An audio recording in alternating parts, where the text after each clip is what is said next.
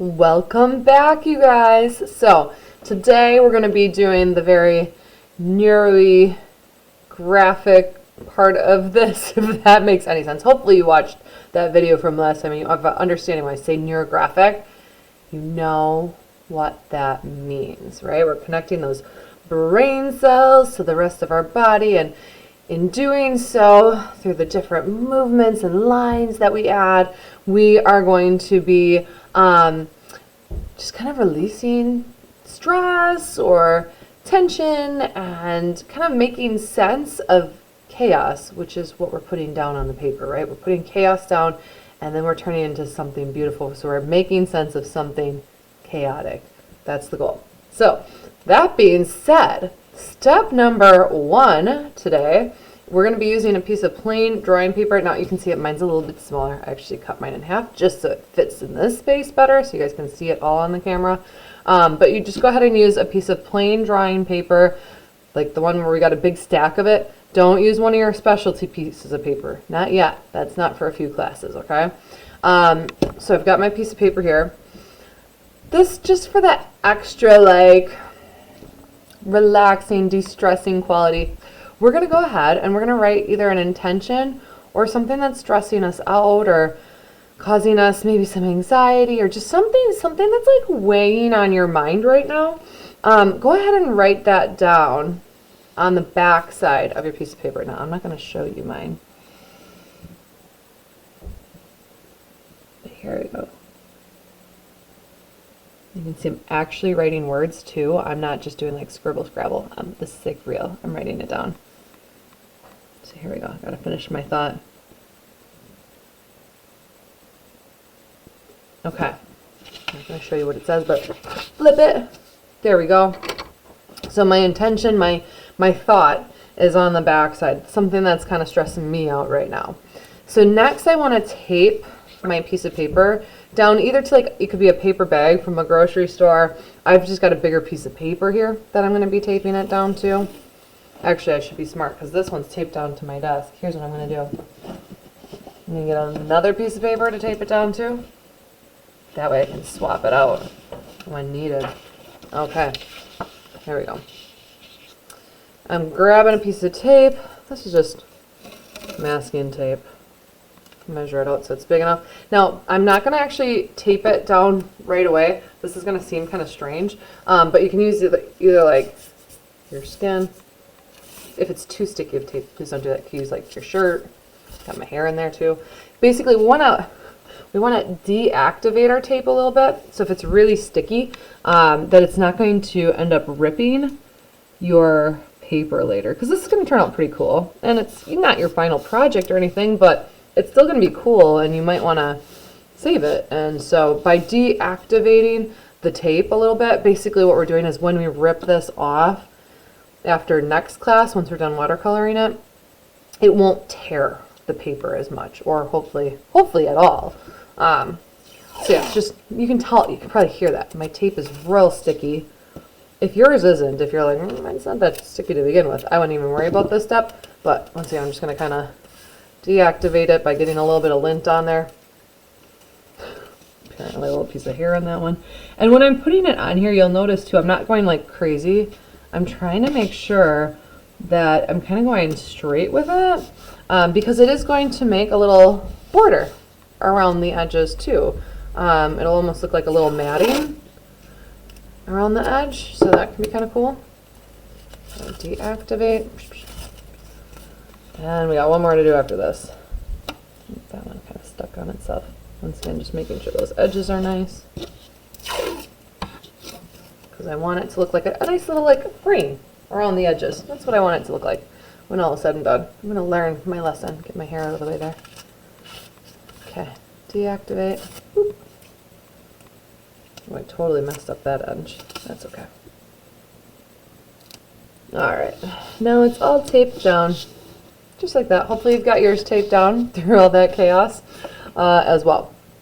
Now we're just going to take a few seconds. I want you to remember what you wrote down on the back side. What is that thing that maybe is causing you stress or anxiety or just something that's like, you know, it's on your mind and you're trying to make sense of it in this crazy, crazy world. We're trying to make sense of it, right? So think about that thing.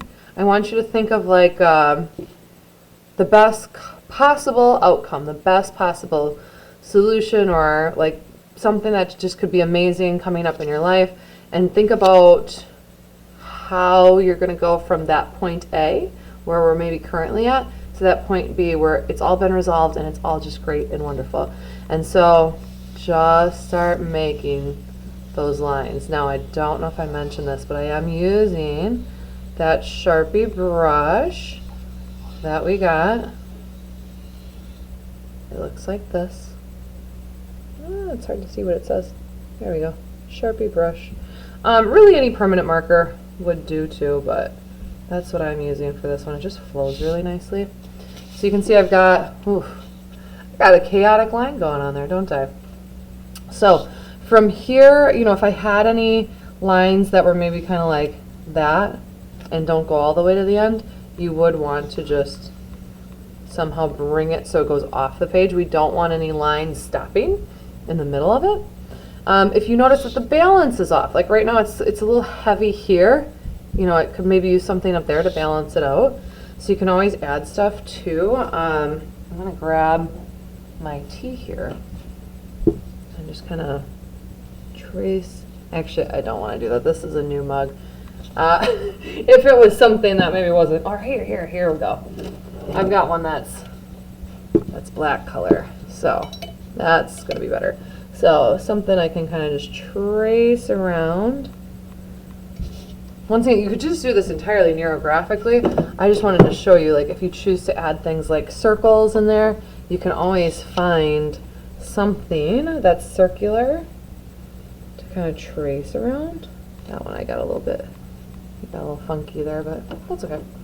Anyway, so now you can see it looks a little bit more balanced.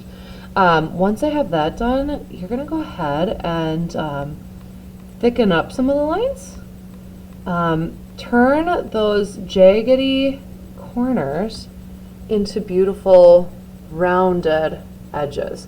Because I think that, you know, part of this is sometimes our life just feels a little like maybe disjointed, like we keep running into this, okay, now I gotta fix that, and right, and it feels a little bit disjointed, and like we're all over the place, and it's hard to have a smooth transition sometimes from like one event in our life to the next, and all that kind of stuff. So what we're doing is we're turning this chaos here, like right there. Oh, right, we're switching directions. Okay, well, instead of it being a kind of jarring transition, let's make it more graceful, like that, right? That would be a much smoother, if you almost like imagine that you're in a car making a turn, you know, this turn would be much smoother than if we had to go bonk bonk like that. And this one too, right? We can kind of smooth out that corner and this one. And as you're doing this, don't forget, we want to be thinking about whatever that was that you wrote down on the back of it.